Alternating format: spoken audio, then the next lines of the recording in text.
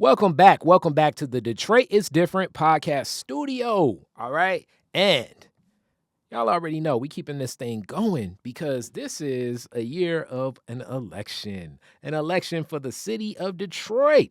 You got to come out. We want to get engaged, right? And people always say with elections, young people ain't as active, right? And you can make that argument in a lot of ways, right? But there are some young people that are changing that thought process of it, right? So this young lady has come out to State of Black Detroit, connected with Juwan Howard, who speaks on Gen Z and other things, and the Umoja Debate League, and many other takes. Also talking to some people that are interested in politics, policy, definitely looking from that lens and law. This is someone that is an attorney, and you can't even believe it because it's like, did you go from preschool to law school? It's like, that's what a person would say. But with all of that, Miss Bailey, how you doing today? I'm doing good, Kari. How are you? All is well. All is well. Got my water. I gotta get to my right time of the day. You got to stay hydrated. All day. All day. So we start these always asking your Detroit story and your connection. What's your Detroit story? How deep is you and your peoples to the D? Oh my God. I've been waiting for the answer to this question. Mm-hmm. I am the next generation of the Great Migration. I'm the vanguard of the new Great Migration of young people coming to the North. So I'm born and raised in the state of Georgia, and I've been in politics for my entire career. And I decided to migrate to Detroit because Detroit is a Black city, because Detroit is a beautiful place to be, and because politics in the South has become very aggressive, especially in the age of Trump. And so I'll say that hate pushed me to leave the South and love brought me to Detroit. My boyfriend is born and raised in Detroit, Finkel and Evergreen, Brightmo, you feel me? And we met in New York, and he was like, you should come to Detroit. You know, Detroit is a beautiful city, and he gave me the opportunity to come here in August and one summer. And I just saw, we went to one of these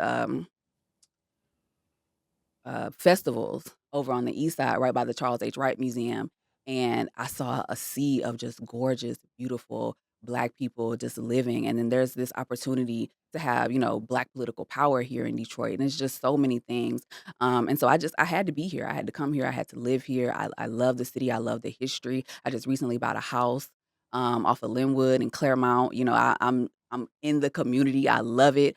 For 2 years, I worked for the Detroit City Council, and I got to be, a part of the fabric of District 2, helping folks in District 2 on the Avenue of Fashion. And as you mentioned, Juwan Howard, he and I have been doing a lot within the community. We just recently did a political education workshop with New Era Detroit over on Schoolcraft at their place. And so I've just been bringing my passion, my politics, my love for the community and my ability to be 10 toes down for my people here to the city to try to just, help people and educate folks. And I just love my people so much. And I love being in Detroit surrounded by, beautiful Black people. I just wanted to be here. And this is home. Detroit is home.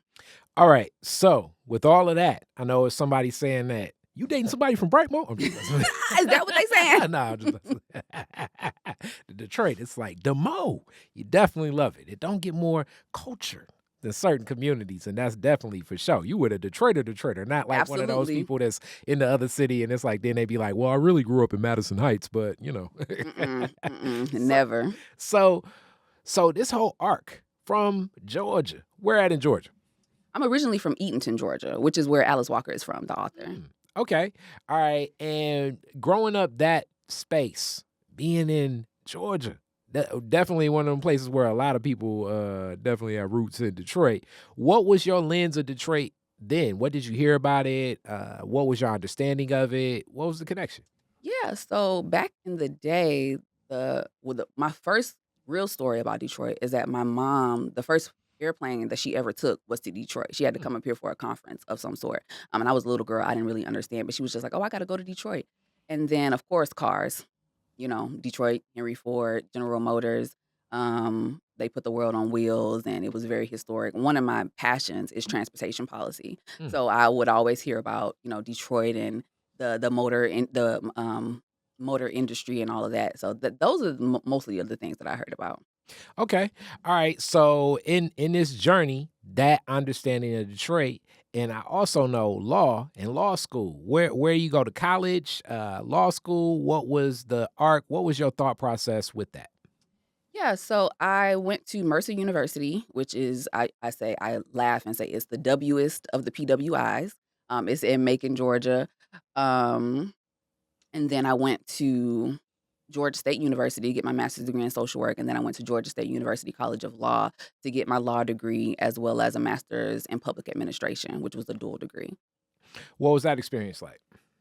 Law school is hard. Law school is I don't even know how to even describe law school. It's a lot of reading, it's a lot of writing, it's a lot of learning, it's a lot of consuming extreme amounts of information that was written in the 1850s, and are you trying to interpret this case from way back when? But I did pretty well in law school.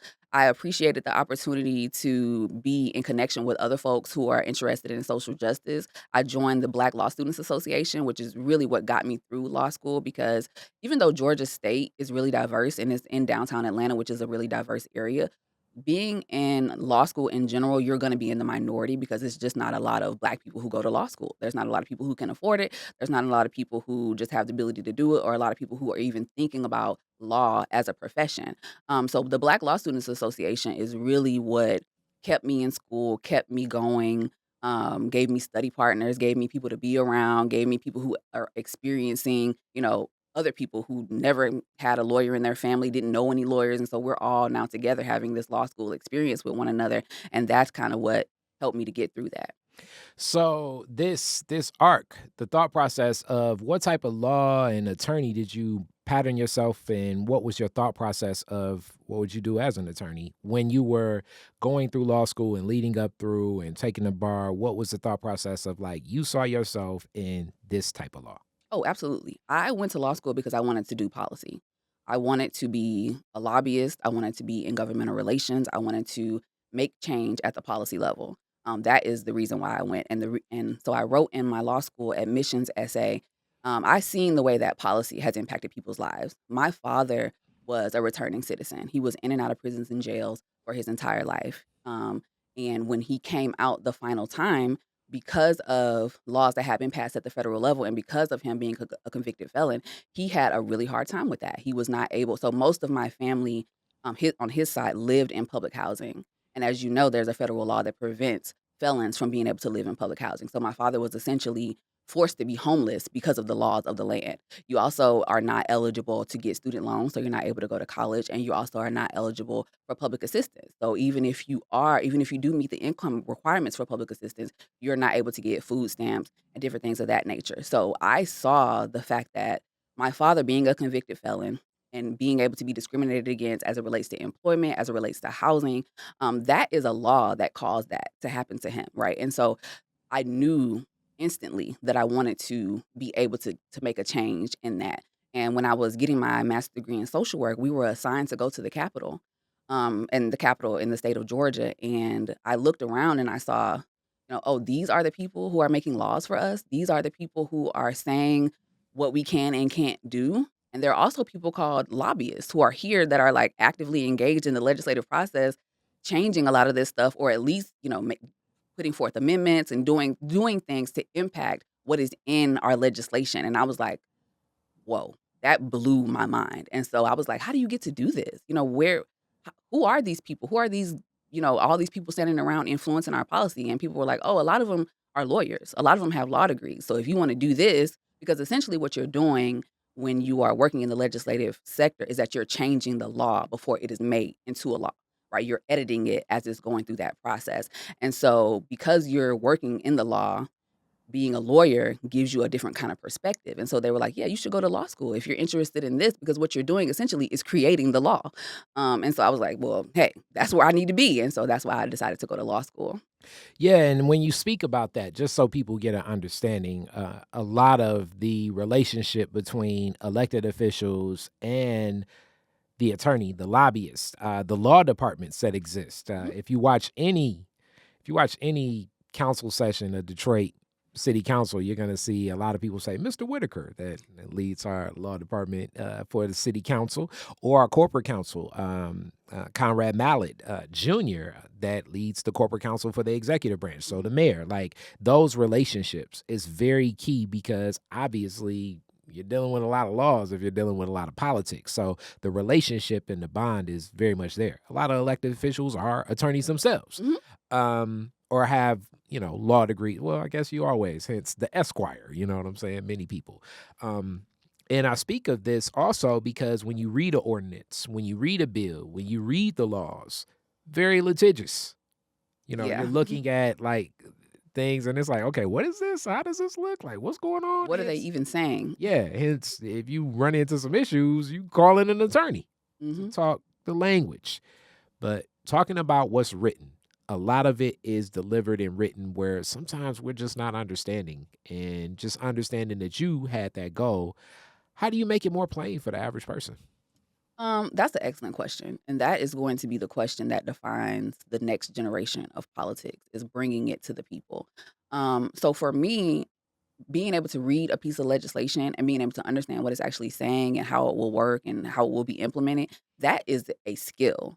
And so being able to do that, I want to use that skill to explain it to people, right? And so really it's just all about digesting the information and then being able to speak about it in language that people understand, right? I'm a Black woman. I'm from the community. I understand, how we interact with one another, and so I can be able to take a piece of legislation and explain it to folks, where it's saying, whereas and thou and forth and all of that stuff, and be able to say, well, no, this is exactly what it's going to do. It's saying all of this, but the point is that we're going to be, setting up this new program and it's going to cost this much, and this is what it's actually talking about. That way, other people who, can't understand how this is written can be able to take what I'm saying and know that I'm a credible source of information and that I'm really trying to explain this to them in a way that they can understand. So really just trying to use the skills that I learned in law school, use the skills that I learned working 12 years in politics to be able to make all of this complex stuff that a lot of it really don't even matter, and just cut to the point of being able to explain it to my people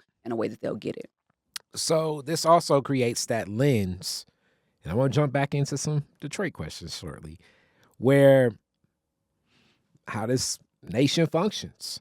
Attorneys, you already said it. Law school costs money. It takes resources to get through it. The way the laws are written definitely has already oust a lot of people from being involved. And then on top of this, some of the strongest lobbyists and attorneys are definitely more so in the interest of corporate interests, but definitely not community interests. And sometimes nowadays, I don't even know if I'm going to say corporate interest, maybe oligarch interest. I don't even know what I want to call it, but definitely not for community. In advocating in this space, knowing this lens, how do you continue to walk that path? It's who I am. I've had the opportunity to be in the corporate space, and I've had the opportunity to work for a law firm that had corporate clients, and it wasn't what I wanted to do. I am a Malcolmite. I am a believer in Black nationalism. I am a believer in, doing things for the people. I live for the people because I love the people. And so I'm never going to put myself in a situation where I'm going to be fighting for the interests of an entity that I don't believe in, or an entity that has not done right by my people, because that's just the way that I'm built in terms of that. So for me, being a community lobbyist, lobbying for policies that are going to impact the Black people positively has always been why I have done this. And so I continue to walk the line because it's the only thing that I want to do. And it's the only thing that I've, tried to do my entire life, thinking about my father and his life, thinking about the past that I've crossed, thinking about, the victims of human trafficking and the victims of the criminal justice system. These are things that have impacted my life personally. Right. And so because I know and love people who this has also impacted, it will always propel me to do the right thing by my people. And God has given me an incredible gift. He has given me the incredible ability to go to law school, to become a lawyer, to graduate at the top of my class, to understand these very complex terms, and to understand this very complex governmental system that we have. And I would be remiss if I didn't use that God-given gift to help empower my people. And so that is really what drives me. Okay. All right. So now back to the city. All right. So You got a crib in my neighborhood, Linwood, Claremont. Come on, somebody. What brought you to this neighborhood now that you've kind of been in the space? But even before we go there, you move here. What was like some of your first immediate responses to being in the city? My first immediate response, because I moved here in January, so immediately the snow. Hilarious. That was my first immediate experience. But I've had so much fun here in Detroit. Like the one word that I would use to describe my feelings in Detroit is freedom. I feel like I am in a space where I can just be what I want. I can do what I want. I don't have to feel like I'm worrying about, people, the white gaze staring at me and everything that I'm doing. And you don't get in here and act crazy in front of these people. Like, no, like we're all the same. We're all here. We're all together. We're all having a good time.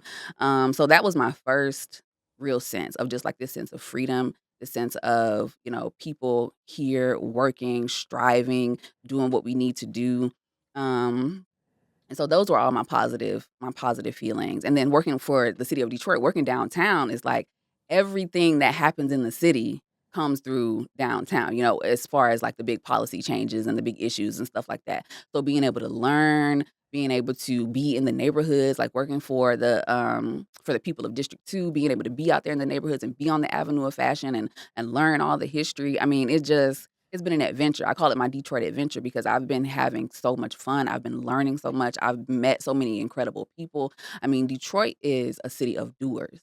Detroit is a city of people who have self-determination, right? Who want to improve the neighborhoods and, take part in the renaissance of this city. It's like we are a city of strivers, a city of people who are trying to move to a higher plane and like just being a part of that, being a part of the wave of the wave of Detroiters, it has just been so uplifting to me.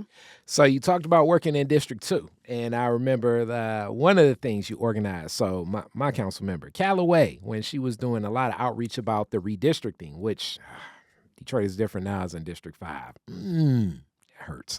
But in that changeover and just even like looking at like the policy and things like that and just the engagement of community, because I remember you were involved in that process, but more so in the macro. That was something where community was looking for that say in the redistricting and still just getting more of an understanding of why and how, as all of this is so new because Detroit's had council districts now for it's been 10 years since the census count. Things look different. Districts need to shift as a lot more residents move further west than east, and you just had to have equal share of a say and what that looks like and what that feels. What was it like working in that space and engaging community to just uplift? Is so many understandings that are happening with something like that. Yeah, redistricting was a really big issue, right? Because what happened was at every decennial census, the population of Detroit is remeasured, right? And so you split the city up into districts. And so when you do that, you have to make sure that no district has way more population than another district, right? And so unfortunately, what we saw after this recent census was that two of our districts had considerably lost population, right? And so they had to reconfigure the districts in the city so that the districts would be sort of similar, right? And so when 3 and 4 lost population, now you have to kind of shift to bring more population into those districts so that the numbers can work out to where you don't have too many districts with too many people. And so for District 2, what that meant, because District 2 is very populated, we have the highest population of registered voters. There's so many people who live in District 2. That meant that District 2 would have to lose populations. And some of the neighborhoods that were used to be in District 2 now have to move to 3 or 5 or, or 1, to the west.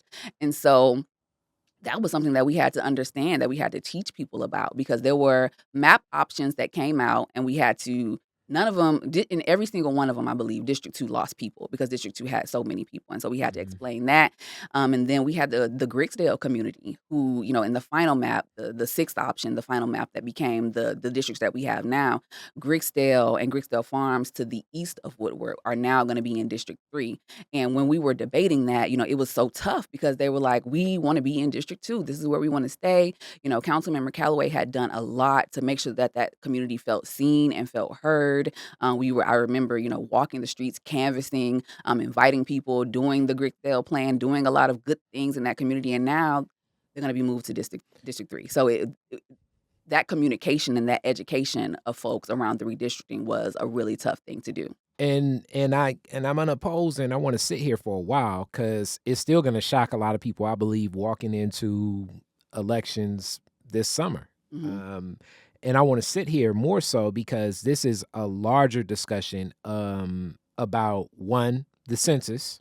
So that's something federal, Mhm. impacting something state and local, and also just how these systems all have a relationship.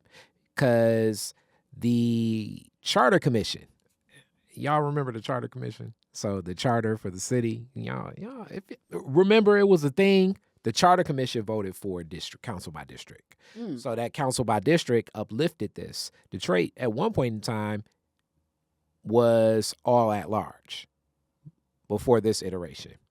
And this is the first time we're looking at the maps for the districts. But those relationships that many people have are with their city council member, especially someone like Callaway. So some of it is people feel as though they're going to lose the relationship they have with the city because they see the relationship with the city with the person in the elected official more so than the district itself. Mhm. You work in this space. How do you unpack and get community that can build trust in systems when they don't even necessarily have understanding of it? Yeah, that is a really deep question because it's really hard to say because one thing about the redistricting is that these people are still going to be on city council. Like if they are reelected within these districts, they're still going to be on city council. You can still call, you can still get help, right? It's not that these people are no longer going to be there. But now, if you have a problem and you're in District 3, you are gonna have to call your District 3 council person, and so you just have to help people to understand that it's not necessarily that you're losing power or you're losing you still live the same place that you live, you're still in Detroit, but you just now have another person that's responsible for you, and it's not even necessarily that you can't call the person that used to be your representative, but now it's just a little bit different, right? And so you still have your access to the city, you still can have a connection to that person. They still may even be able to do constituent services for you. But the only thing that might change is the person that represents you in the district that you live in. But even if you call that person and you don't get any help, you can still call someone else or you can call a city department or something like that. So constituent services won't be changed as much as people think it will be. But like you said, you just have to kind of keep beating the drum and keep having those conversations, and so people can understand, like, you still can avail yourself of the process. You still can call down there. You still can try to get help. Um, but it's going to be slightly different now because of what happened with the census and because of what happened with the redistricting. And this is also where I got to put back on the community hat here a little bit. And you're giving great responses to the understanding of it, but this is what makes things so challenging Hmm. because the lack of trust, it's reasoning for it. It's like it's not like it's not a reason, and also being heard, and that's really as a people throughout the nation how that thought, that feeling is real. So when you build that relationship with someone in a position of influence and you've seen things move where you remember at times when nothing did move, you start feeling abandoned.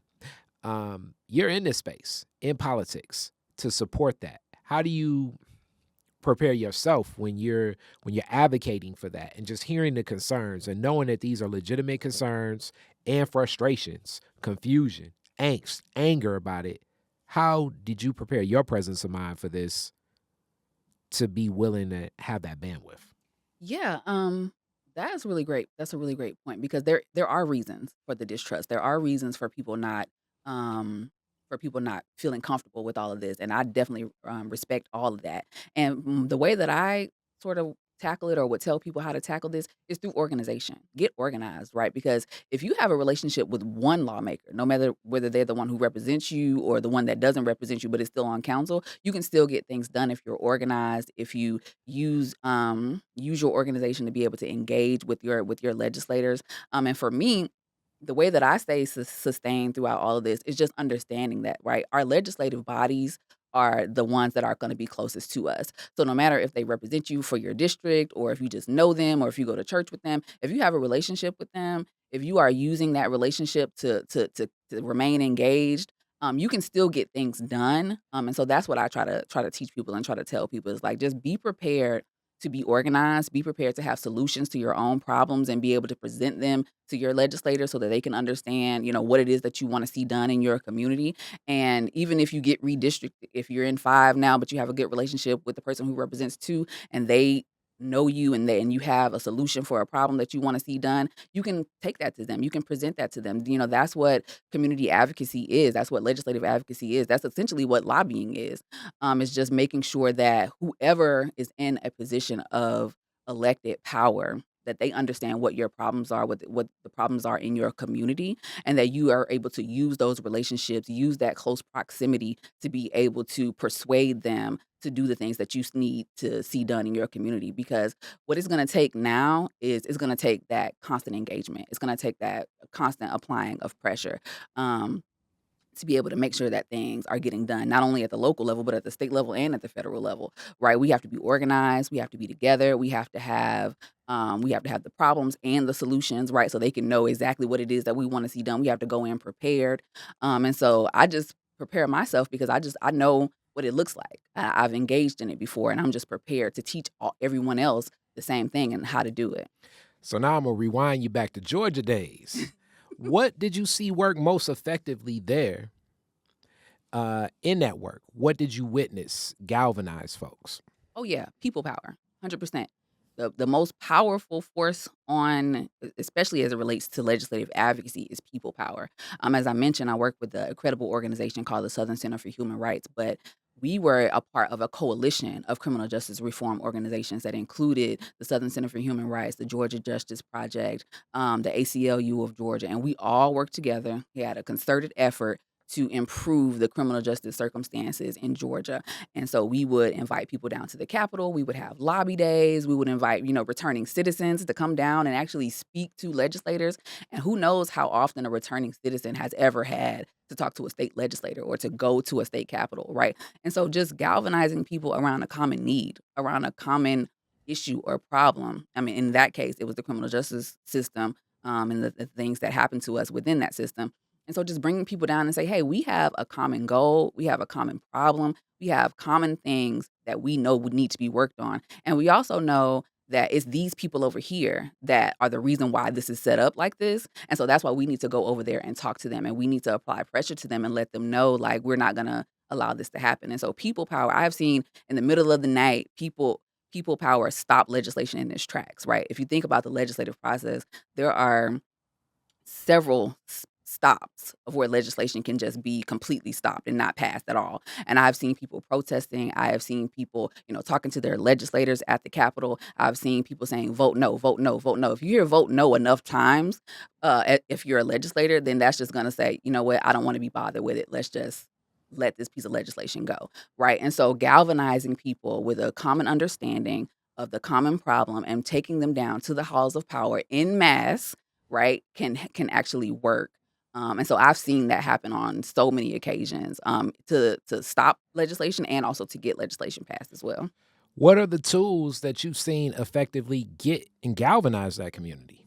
Yeah. Well, one is everybody recognizing the fact that we need to unify around our common problem, right? The criminal justice system consists of laws that are created at the state level. And there are state lawmakers who are intending to either make these laws worse or to make them better, right? So we understand that. That's the first level of understanding that you have to have is who is causing your problem and where they at so we can go talk to them.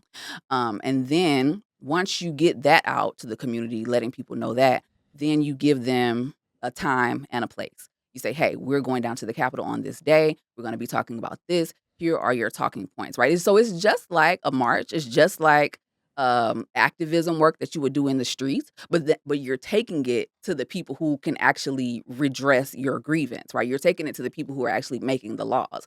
So it's different in that respect. And so having people know who they need to talk to, where they need to go, and what they're talking about, and just having that organized, mindset and having them understand you already understand the problem. We already have a family member who's been in the criminal justice system or a father or a brother or something. So we understand the problem, but now we need to understand where we're going and what we're going to be talking about when we get there. And once people can coalesce around that common interest, that common problem, and you as the seasoned advocate are able to give them the time, the place, and the talking points, then you can galvanize as many people as you need. And as I mentioned before, this was a coalition. So the Southern Center had its supporters, Georgia Justice Project had their supporters, Georgia Innocence Project had their supporters. And so as we all bring our collective audiences together, that can be 500 people. That can be, that can be any number of people. And so just using our already put together networks, having that education process, and then telling people where they need to go and what time they need to be there and who they need to talk to, that's how you galvanize people. It's basic organization. It's basic community organizing, but with the goal of focusing on the legislators and the legislative process rather than just focusing on advocacy, activism in the streets. Okay. So you take this energy, come to the D. What's your vision of that work here? Where do you see yourself? Yeah, so my vision of that work here is just creating civic engagement and doing political education throughout the city. So I'm doing my entrepreneurship now. I started my political consulting company called We Own Everything. And my goal is to do consistent political education in the city to increase political engagement, to increase the number of people who know about advocacy, increase the number of people who can, do advocacy at the legislative level, and just telling people how the government works, right? So what We Own Everything, we want to teach you how the government works, right? How a bill becomes a law, what are the levels of government, the executive, legislative, what they're all are doing, right? How the legislative process works, right? Who's a part of it? What are they doing? How does a bill become a law? What is the legislative process? What does it mean to be in committee? What does it mean to for a bill to die? Just all of that stuff. And then thirdly, how you can use legislative advocacy to impact the legislative process. So I have a 6-point advocacy or civic engagement strategy that I teach people about, build relationships with your legislators, learn how your legislative process works in your local municipality, figure out, where things are at a certain time so that you can track legislation throughout the process, right? So just teaching that information, right? So as I mentioned, I had been a lobbyist, I have been an activist, I've been in the halls of power, right? And so having that experience over the last 12 years, I just want to democratize it. My main goal is to democratize advocacy, right? And so my company is called We Own Everything because I want people to know we own the political process. We the people, we the citizens, we are the voters. We put them in these seats. We have the power to dictate who they are because we can vote for them. We have the power to dictate what they do because we can engage in legislative advocacy. So I just want to spread that message. I want to spread it throughout Detroit. And the reason why it's so important here is because Detroit is one of the cities where we can have authentic Black political power. We have been disempowered for so long in our communities. We have had people dictating to us what needed to happen in our own communities. But here we have the ability to have the power that we want to have, to make the changes that we want to see done, right, as people, and to get us civically engaged. Because I think somebody provided me with some information that only 18.6% of Detroiters voted in the last mayoral election. So to get those numbers up, get the engagement up. And one of the things that I realized that make people apathetic as it relates to politics and policy is because they don't understand how it's going to impact their life. They don't want to be bothered. Like Donald Trump is acting crazy. And they think that Donald Trump is like, if he acting like this, I don't want to be bothered with none of it. Right. And so like educating people on the different levels of government and the different types of advocacy that you can do and the different problems that can be solved at the different levels of government. So really just an education campaign, right? Putting the information out there and teaching people how to advocate and how to lobby and how to get involved. And this brings about one of those questions that always is uplifted, especially during a local election year, because the local numbers are very low, especially when it's going to be so many opportunities to vote. You almost got like a whole month you can vote. It was like at one point in time more ballot boxes than mailboxes. The locations, the opportunities you have to vote clearly show that people are choosing not to vote. The apathy is real. And I'm one of those people that often say, I understand the argument for apathy, which Lord knows anybody above the age of 50 look at me like they're ready to, you know what I'm saying? Like, Mhm. and I'm like, I'm just telling you that exists because back to people have not seen changes from what's been uplifted because some of those same messages, especially around campaign season, because that's when the promises are made. And usually the promises are made and then a person gets in office and then they'll say, well, I couldn't do this because of them, or this was because of the last administration, or I need a time of this. And the timetable of the patience people have or the understanding people have, or even a lot of what you uplift of like, okay, you got to stay on top of them to make sure they do it. And it's like, damn, it's like I'm barely functioning right now. Detroit is at a level, especially when we look at communities like mine and not yours, annual income. You were at State of Black Detroit, we're looking at $35K a year, Mhm. right? And there's so many families that are making so much less than that. And that's an annual household, right? And the solutions that even our council and the mayor and the city of Detroit are giving us for affordable housing is still $1,700 for a 2-bedroom. And it's like, who's affording that? Definitely not the people I know. So what is the Detroit that's being supported and poured into for the current people that live in Detroit now? Hence, I believe the apathy is so connected to the conditions and the quality of life that Detroiters have. Absolutely. And the apathy is definitely connected to that. And I get that. And even I recognize that I'm even speaking from a position of privilege because of the things that I have been able to do. And I'm able to just, sit here and talk about advocacy. But not everybody is in a situation in their lives where that is a top priority. And I totally understand that, right? And so what we have to do is that becomes where we talk about our self-determination and our ability to serve our own communities and our ability to give back to our own communities. So for those of us who have the ability, that's why I think about Jerwan so much, right?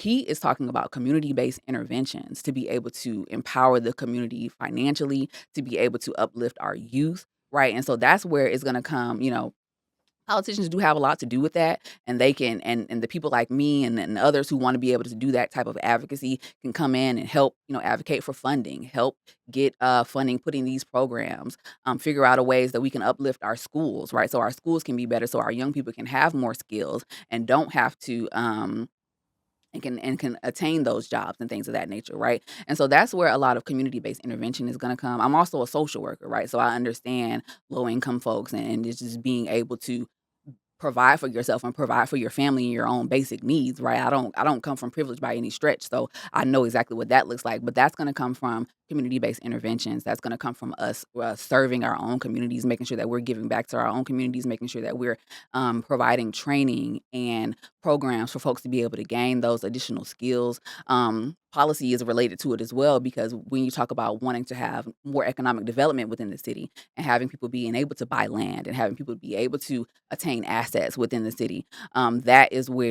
That's where the government can come in and try to help a lot of those things, and that's where we can do a lot of advocacy around that. But I think a lot of it in terms of um, the quality of life here in Detroit and the things that I have seen as far as what Detroiters are doing within their own community. I think a lot of it can be helped through that, but then and also using the people in power to be able to say, hey, we need funding to come to this area because we're trying to do something really great for our young people. Hey, we need this community is actually suffering, right? Poverty has really struck this community in a way that is not good. What are we gonna be doing for these people, right? And so I understand that there's a lot of folks who have to deal with their day-to-day stuff, and I'm not saying that they should stop worrying about that and come on and let's go, lobby and advocate for things, but there's a way to connect both of those issues in a way to bridge the gap in a way that we can bring resources to our community. Because the reason why we're in this situation now is because our communities have been under-resourced.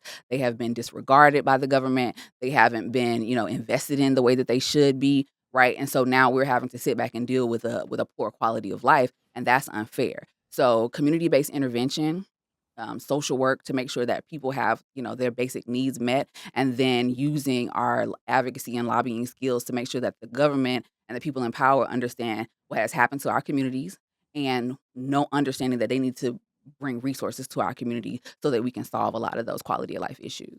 Which uplifts another one of those challenges that come running fast. Shout out to Theo Pride when he speaks about a lot of the cities become businesses, especially under Black leadership, because you're going to have the structure of, I often uplift this in America. America's systems, my lens, is going to be predatory, extractive, and destructive. So Black leadership functions differently in this lens.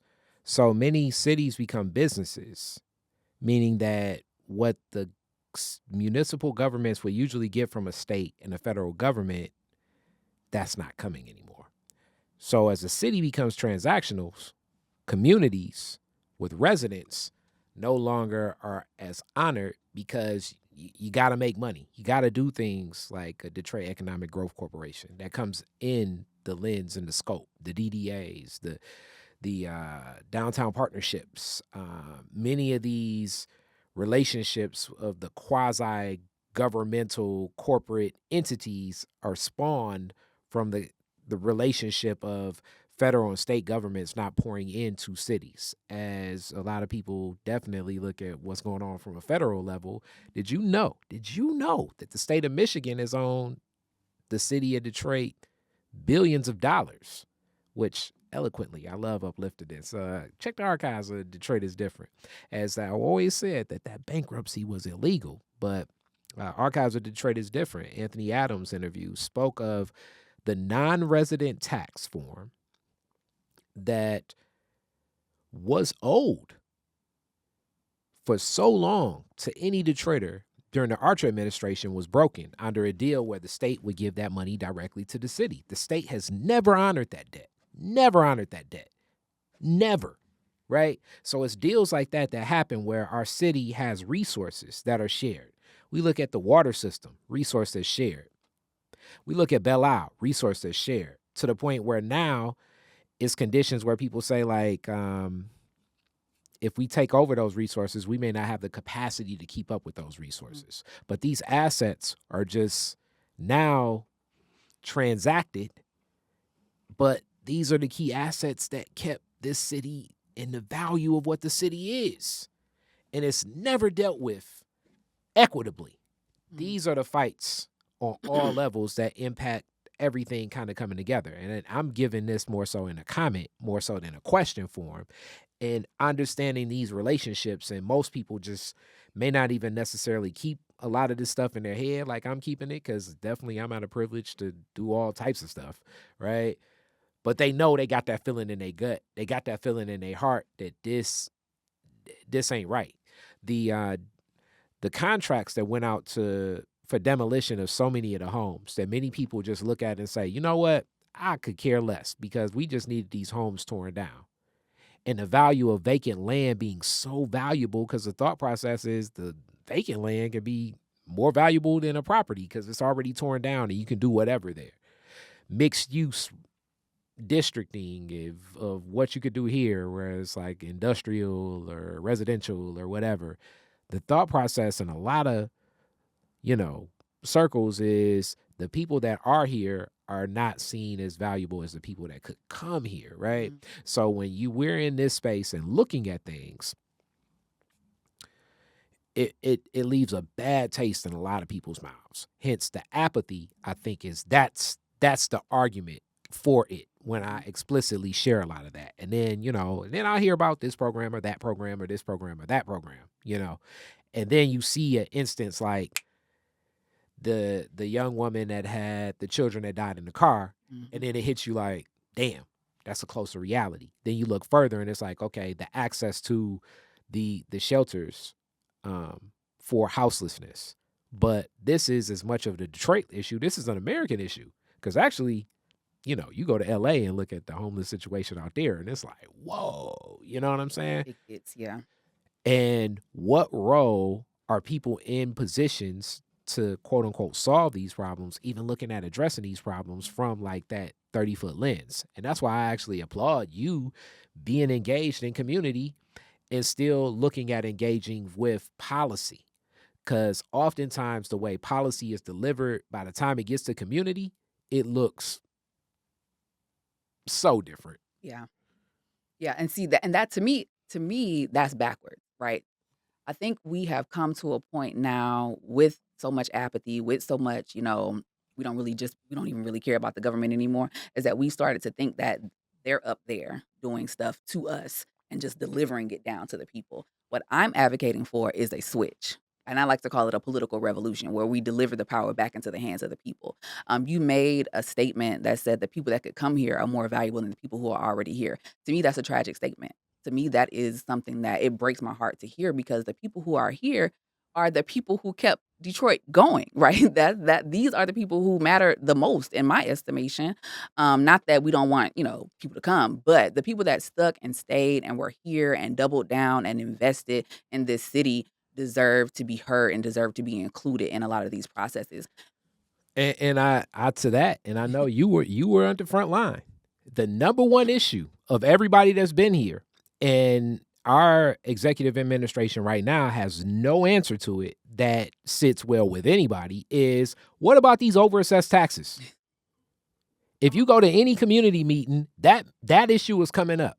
Mm-hmm. And we have a brazen, as far as I'm concerned, look that word up. I love that word. We got a brazen executive office and even corporate counsel. So we have the attorney of the city of Detroit basically brazenly saying you can't do nothing about it, right? So it's like you can't do nothing about paying back money that was taken from the people.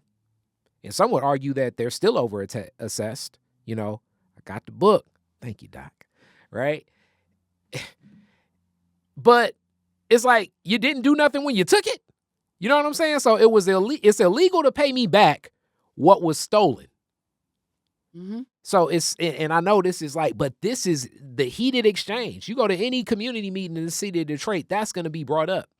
Absolutely. I mean, you don't have to tell me. Like you said, I was there. I have heard people say, we want our money. Like, where's it at? Why are you doing this? How is it that you could overtax me? You could take my money, spend it, put it in wherever you want to put it at. Yeah. But then when it comes to making me whole and getting paid back, now you can't do it, right? That's illegal. It breaks the charter of the state. That's when you hear, well, it breaks the charter of the state to give a resident back, but we got this special program if you do this, that, and the other. And it's like, what are you talking about? Right. And one thing that I will say is that everything that's written down, every law that's made can be changed, can be edited, can be modified, can be advocated for an amendment. But I will say that what I have learned about this issue is that what has been told to me is that you can't give out direct cash payments. Right. So you took the money, you overassessed me, you took the money, the city now has the money. But as far as like giving me back a direct cash assistance, then that's not good. So what they try to do is do, like you said, programs. Hey, you can have energy efficiency on your home. You can do this, you can do that. But if we really wanted to tackle the reason why you can't give out cash benefits, or the reason why we're not being able to make people whole based off of this overassessment, why don't we look at how we can change the law? Do we need to go to Lansing? Do we need to modify the charter? Do we need to have another referendum where we change the charter to be able to solve this overassessment issue? I mean, what really is the legal issue that we're talking about? And can it be changed? And it's 9 times out of 10 it can. And I agree with you. It's all of the above. It needs to change the charter and it needs to go to Lansing. Okay. And this is becoming, it is such an elephant in the room discussion. And then you'll see the other elephant comes of like, when District Detroit wants development money, you see millions of dollars go for stuff like that. So it's like, you can't pay me back, but you can pay the Illich family. You can pay the Gilbert Holdings, you know what I'm saying? The Penske estate, you know what I'm saying? It's like, so the billionaires of the region can continue to pull from the pool of money from the city of Detroit under the guise of, well, we need this because the city of Detroit is in a business as it has to make money. So we want to invest in the people that can make money because, paying you back isn't going to make some money. Whereas it's just like we have to rethink this whole thing of pouring back into community will only empower the city more. So this becomes more of like the dissonance, that's the right term I want to use, that many residents feel about a lot of these processes. And you're right, this will be one of those calls to Lansing, one of those changes in the charter, and it needs to happen immediately. And I believe it takes leadership in position that advocates for that, because when leadership is advocating for what it would like to see, and like when leadership is advocating for like business deals to happen from Lansing, you better believe that it's a constituency up in Lansing every day. Yeah, no, I'm with you. Like one thing that I've learned is political will, right? There are so many things that can be done, but there has to be the political will, the political drive to want to do it, right? And so, as you mentioned, this is going to take something from Lansing. This is going to take a charter change, a referendum. That all, is a very complex issue that people don't necessarily understand. And it's easier to say, oh, the law says we can't, give you direct cash payments, rather than trying to go through the process of what it takes to actually change the law to be able to do that, or to change it in a way that would be compatible with the people. Like, Detroiters are going to have to be made whole. I say this all the time. Marcus will tell you, I say this all the time. Detroiters are going to have to be made whole. Something is going to have to be done about this over assessment that took place, or it's just not going to be able to continue this way because people are upset about it. So figure out what needs to happen and then try to see if you can do it. I've worked in the legislative space for a long time, and if you have the political will to want to change some of this stuff, and you do the research to figure out how it can be done in a legal way and in a constitutional way, or do we have to have a constitutional amendment? Like, how big is the issue, and what do we need to do to actually tackle it? Right? Because it takes research, it does take doing, it does take advocacy, it takes political will, it takes people wanting to do it. But if we figure out what needs to happen, then we can set about a plan of doing it. We can plan and we can execute, right? I've seen huge, legislative mountains be climbed before by people. I've seen, foster care get extended from 18 to 21. Like, if you can, it's plenty of people who would have said, oh, we don't need to do that. 18 is fine. But if you figure out the law that needs to happen, or what the process that you need to go through to be able to change it, you probably will get farther than you think you can, right? And Detroiters are going to have to be made whole. So whatever we need to do, or figure out the process that we need to do to get that done, then I think that would be worth investing in to figure that out. I love it. Like, that's y'all already see that it's going to be some more content collaborations of this. Definitely. Thank you. Thank you. As we get close to a close, I do want you to give your 6-point plan. Oh, my 6-point legislative advocacy plan. Oh, I wish you were going to ask me that. I would have brought it with me. So my 6-point plan for local government strategy is, 1, understand the legislative process in your community, right? Figure out how a bill becomes a law wherever you live, right? Because it changes. A lot of it is similar, but it does change. Another part of that strategy is find a champion. Find someone, whether they are your representative or whether they represent another area, find someone who's going to champion your issue. Have that relationship with them. Some of this is adversarial. A lot of it is like we're fighting you to get what we want. But if you can develop relationships with your local elected officials, then that can be very valuable as well. Another part of the plan is applying pressure.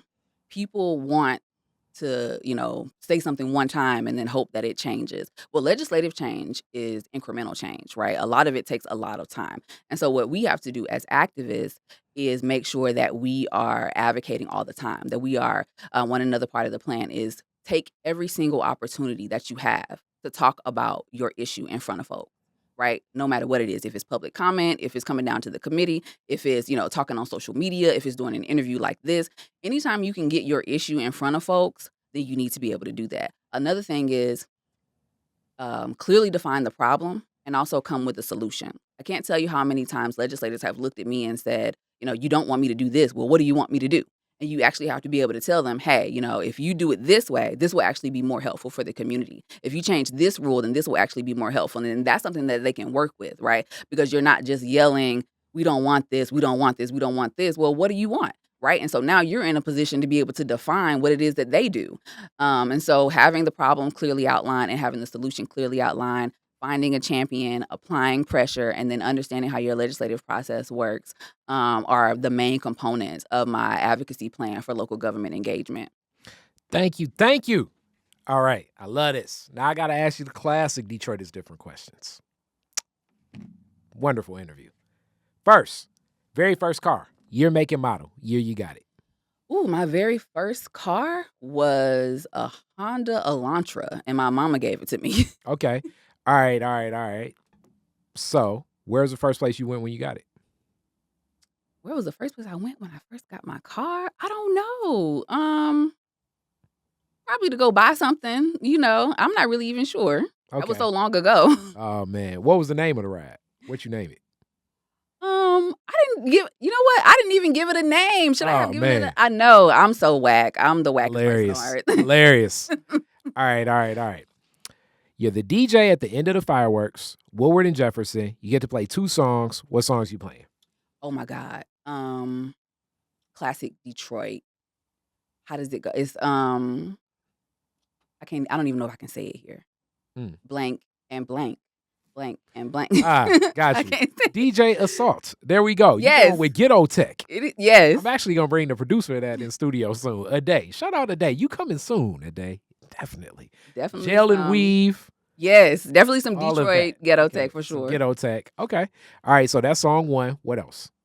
What else? Probably some hip hop, some Detroit hip hop, maybe some Acino, or it depends on the audience. Who's the audience? Is it young the people? DJ? It's the end of the fireworks. You the Just DJ. some It's Detroit- everybody. Detroit hip hop. And no song? I'm trying to think of the name. I'm looking at Marcus because he knows. I don't know the names of the songs because he just play them all the time. But anything by Acino, who I like, and T Grizzly, who I also like. Probably it's Gorgeous by Skilla Baby. Because I would want to play something Detroit oriented. Okay. All right. And last question, as a person that moved here. All right. Spaceship lands right in front of your crib. E.T. comes out and he's like, yo, take me to the most Detroit place. Where are you taking the alien? Oh, man. Take me to the most Detroit place. Probably. Let me think. What do I think is the most Detroit place? Somewhere in the community. I would take him to somewhere in the neighborhood. I didn't know you were going to ask me these questions because I would have thought about it more. I would probably just take him to the neighborhood, take him to, that's an important question. Is I'm you not and sure. E.T.? It's me. That's what I'm saying. It's me and E.T. The most Detroit place for me would probably be somewhere, downtown. But I wouldn't. Where are y'all going? Because it's you. It's you hanging out. Me and him hanging out, I would probably take him downtown. I'll take him like, hey, let's come see the Spirit of Detroit and Joe Louis Fist and, where Cobo Hall used to be, show him the older parts of downtown. Some of the highlights. Yeah, just some of the highlights. If he ET and he want to know about Detroit, let me just show you that. And come into the Coleman Young building and meet Coleman Young and see the statue and all that stuff. Okay. You are the first person to take it, and it makes sense. E.T. on the political journey. Listen, of course. Like, where else am I going to take it? That's why I'm like, I'm trying to think, where would I take him? Well, shoot, this is where I would go. Yeah, exactly. And E.T. be like, okay, for sure. Yeah. We need to lobby for some spaceship parking spaces. Listen, what are we doing? That's how I see everything, which is so crazy that you would even say that, because that's literally how I see everything. I see everything through the lens of policy. I see everything through the lens of politics. If E.T. is coming down, the first place I'm going to think to take him is to somewhere where he can see how the legislative process works, right? Because you new here, this is how Detroit rolls. So that's crazy. That actually just made me come to that realization of like, girl, this is really all you think about. Yes. Yes. E.T. gonna be like, where can we get some food? I'm just It's like it's a snack bar downstairs where you can buy a banana for $7. I'm just Is it? I wish it was a snack bar downstairs in the city county building. It was for a long time. Long time, other iterations. Thank you so much. No problem. Thank you. Peace.